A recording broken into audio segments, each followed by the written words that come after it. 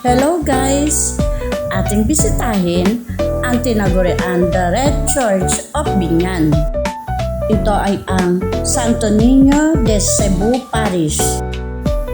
Sa tapat mismo ng modernong Southwoods Mall sa Biñan, Laguna, may nakatayong isang strukturang puno ng kasaysayan at pananampalataya.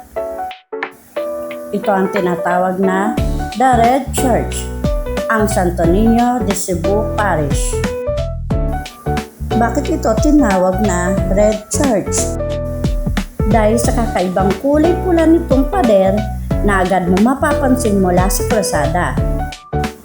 Ang itsura nito ay inspirasyon ng sikat na Basilica del Santo Niño sa Cebu.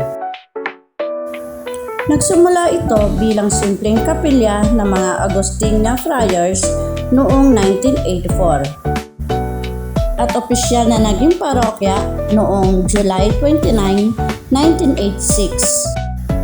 Natapos ang construction ng simbahan noong 1988. Unti-unti itong pinalaki noong 2002 at ginandahan hanggang sa maging ganito kaganda ngayon.